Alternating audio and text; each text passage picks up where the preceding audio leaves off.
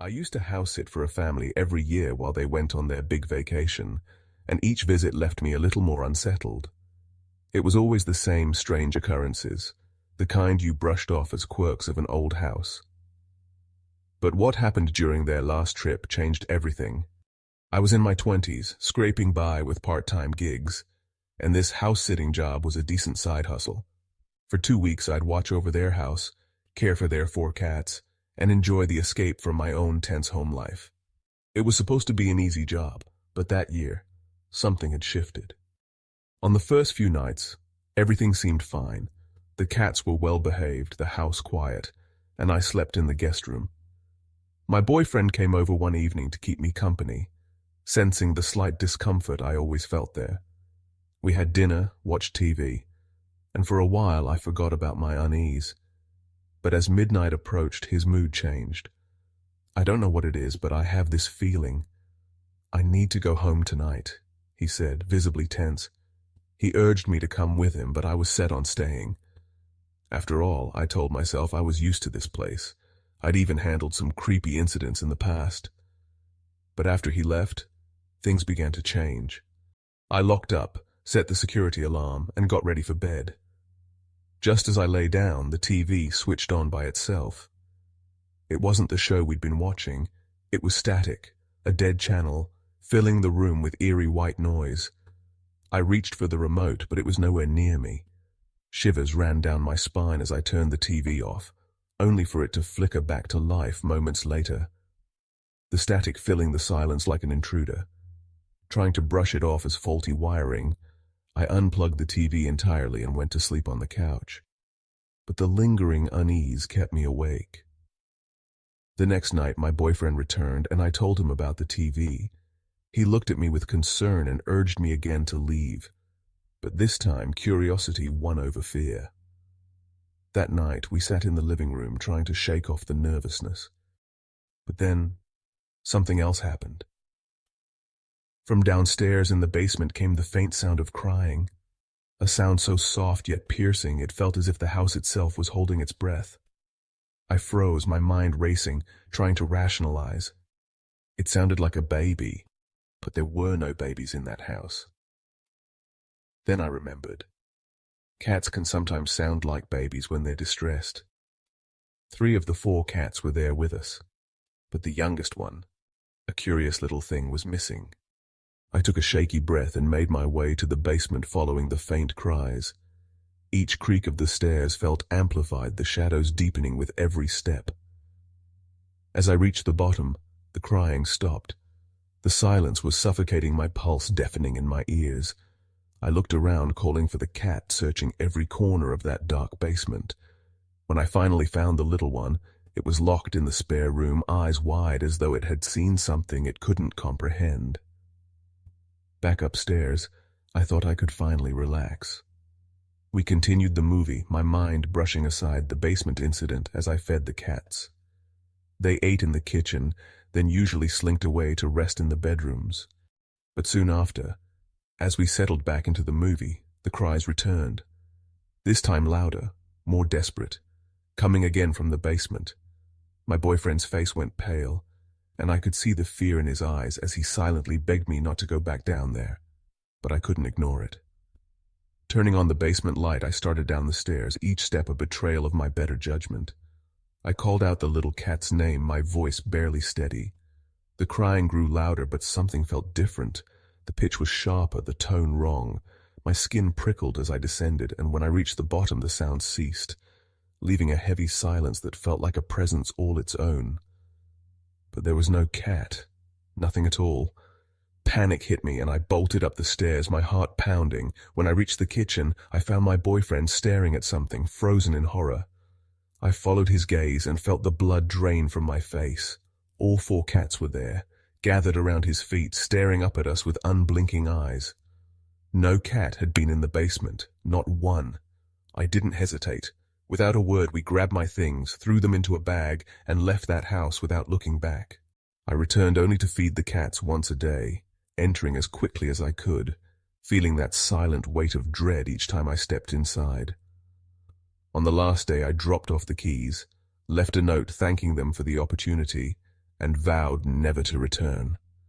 I could still hear the faint echoes of the cries, as if the house itself had a memory it wouldn't let go. Later, on the drive back, I called my sibling, the only person who knew the unsettling experiences I'd had there. I'll never forget their response when I told them about that final night. They'd had a similar experience during their own stay, but never told me. They hadn't wanted to scare me away from the money I needed so badly. But now I understood. That house didn't just hold memories. It collected them, and every year it seemed to grow hungrier. Since that night, I've never gone back. Some houses don't just remember their past, they invite you into it. It was supposed to be an ordinary night, a simple dog-sitting gig for some extra cash before college. My name's Kelsey. I was 17 back then. My friends, Haley and Sammy, joined me for the night. Haley was 23, tall and confident, while Sammy at 22 was equally bold. We had the house to ourselves, a cozy place with a charming sunroom, perfect for unwinding with a little vodka and laughter. We were deep in our own world when the phone started to ring, a peculiar jarring sound in the middle of our fun. But what was strange, unsettling even, was that the phone was supposed to be disconnected. Ignoring the first few rings, we assumed it would stop. But it didn't. The calls were relentless, as though someone was on the other end waiting for us to answer. Against our better judgment, Sammy finally picked up. A man's voice came through, calm yet urgent. He claimed he had the homeowner's wallet, left at a gas station about 25 minutes away. He insisted, almost pleading, that we come and get it right away.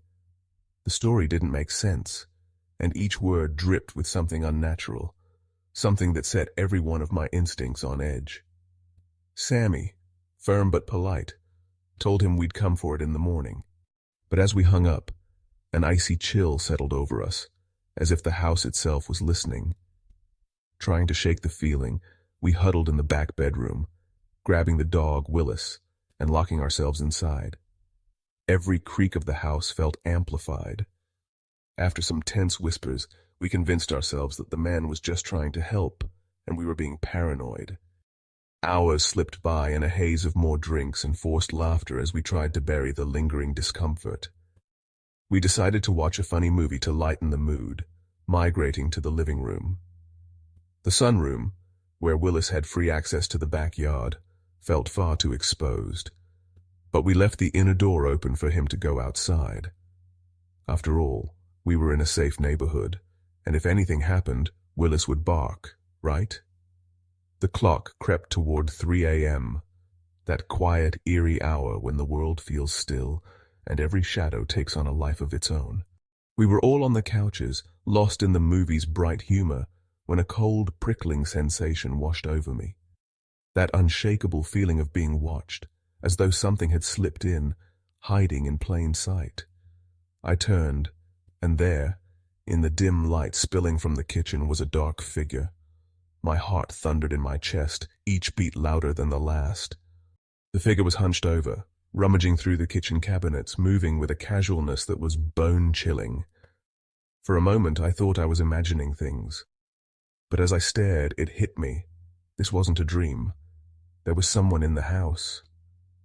I nudged Haley, my voice barely a whisper. "Haley, I think there's someone in the kitchen." She turned, and the moment her eyes locked onto the figure, a blood-curdling scream tore through the silence.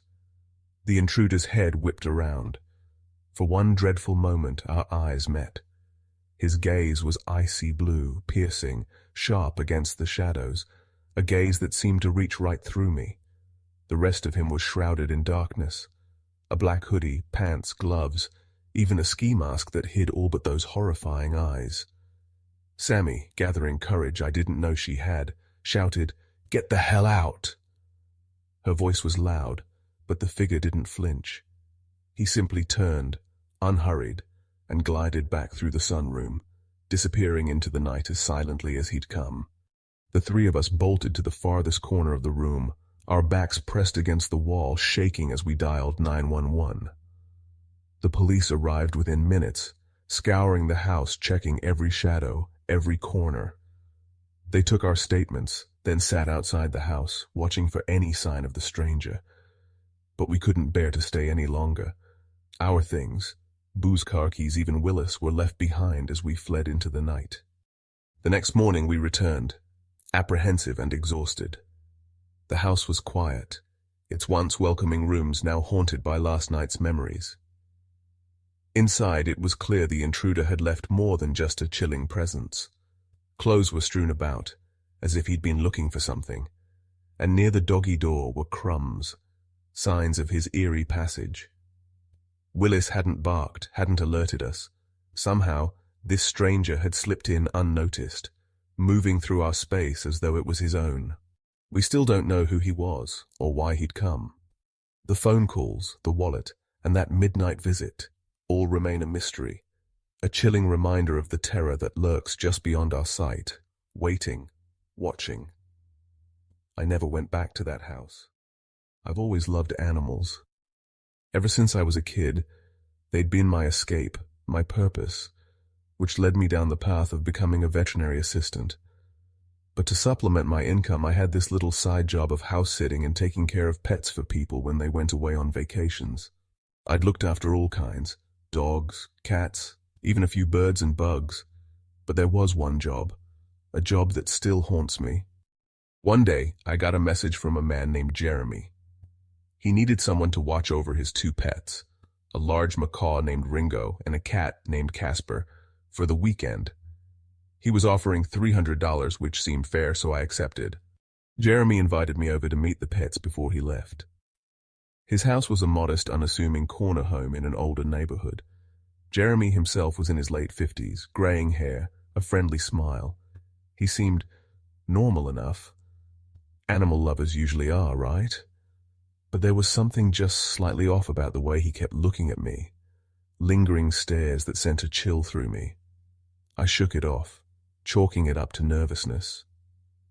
He showed me around the house, introducing me to Ringo, a huge, vibrantly feathered bird who greeted me with a strange phrase. "Daddy's home."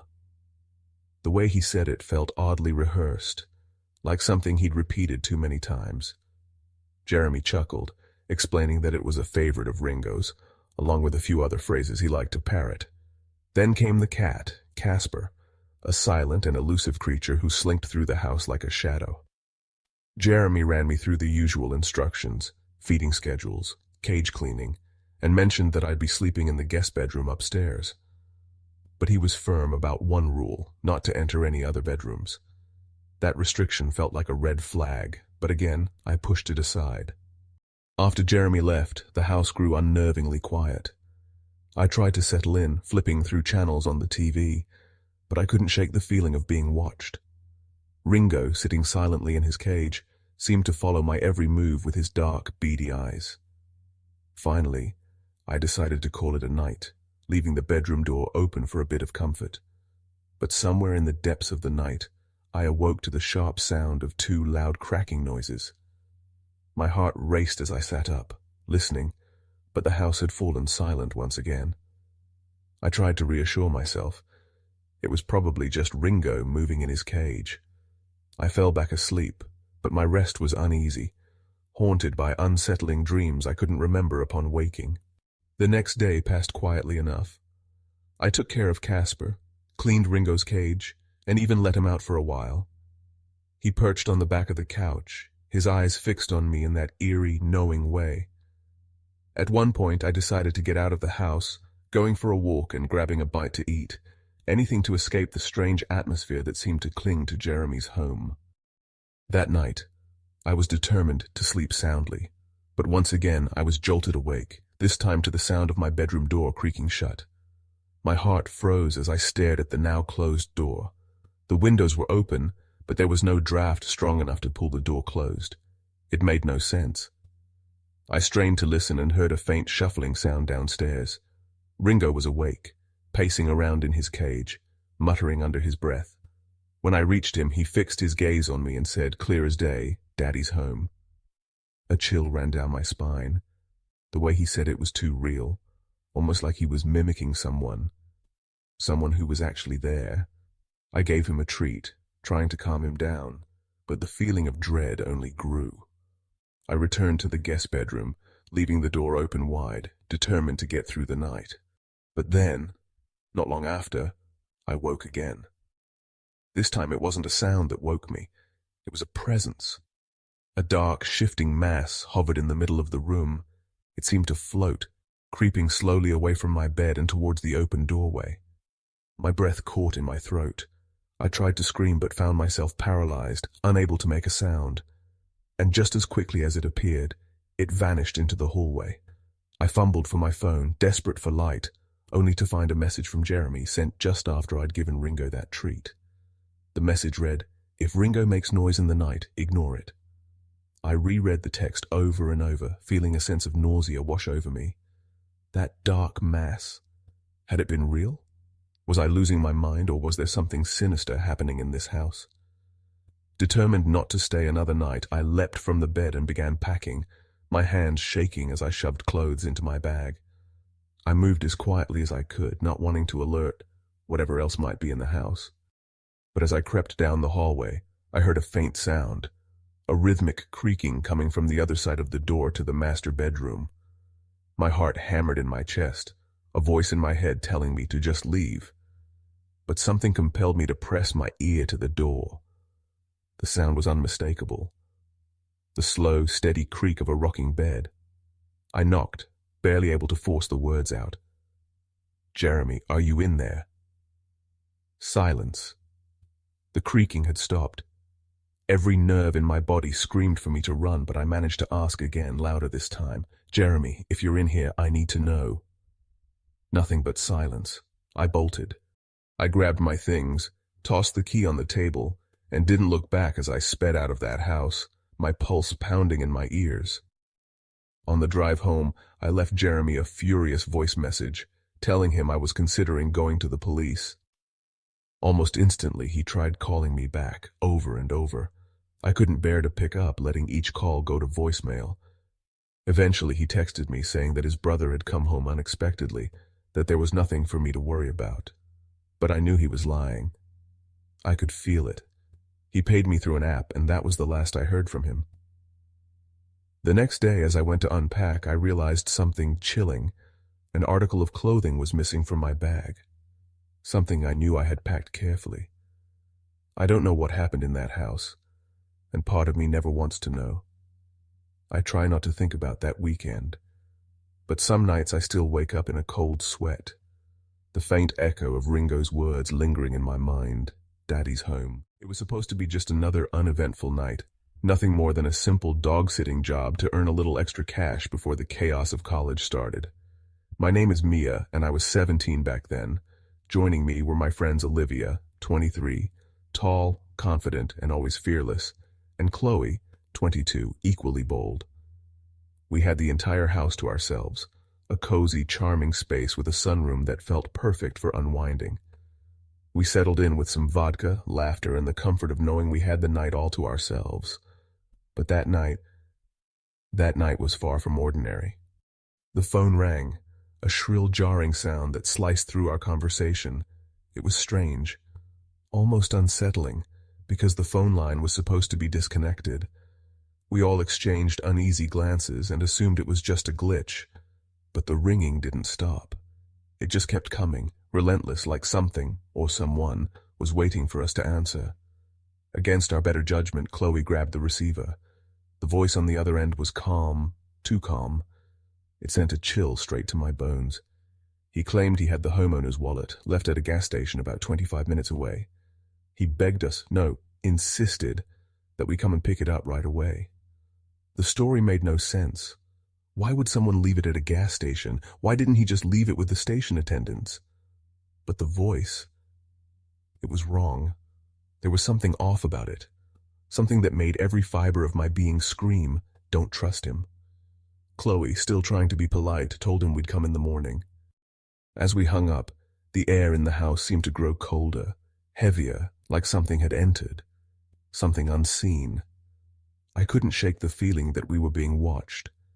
We decided to huddle together in the back bedroom, pulling the dog, Duke, in with us and locking the door. Every sound in the house was amplified, the creaking of the floorboards, the ticking of the clock. But as the night wore on, We tried to convince ourselves it was nothing, just paranoia. The man on the phone was probably just some weird guy trying to be helpful. Nothing to be afraid of, right?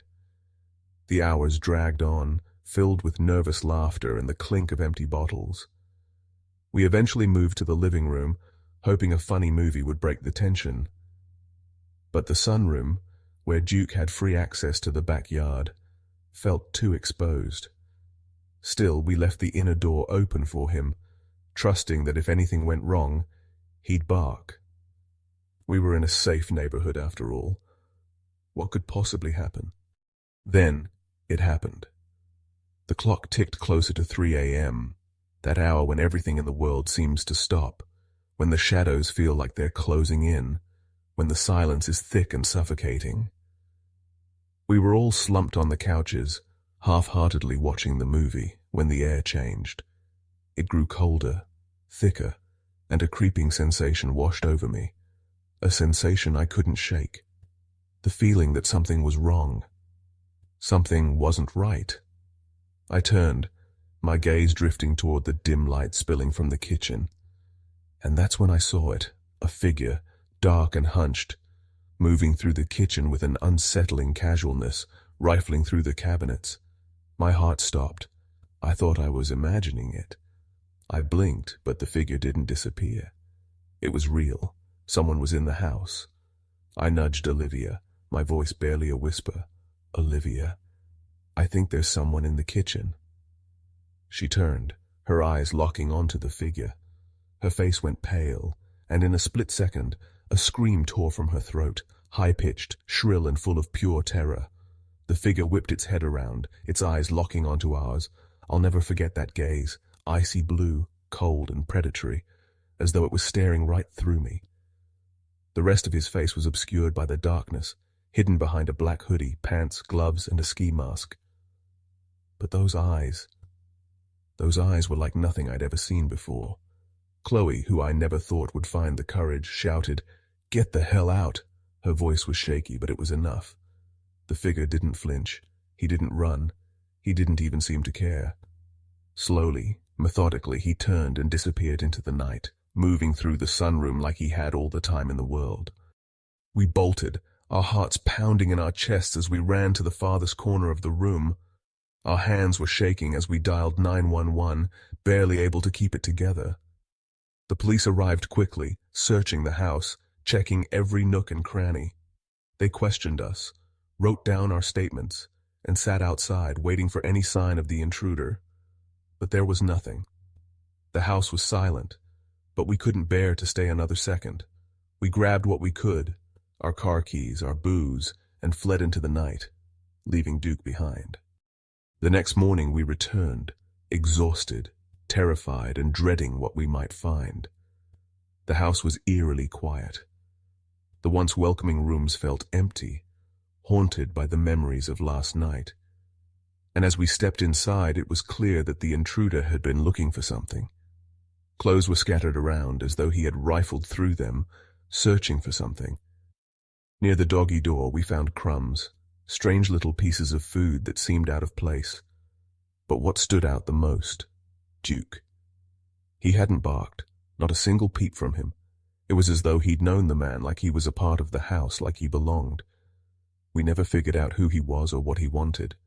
The phone calls, the wallet, the midnight visit, all of it remains a mystery, and I don't think I'll ever have the answers. But what I do know is this: some things are better left in the dark, because in the dark, there's something waiting, watching, and it might just slip right past you without you ever knowing it was there. And that's what terrifies me the most.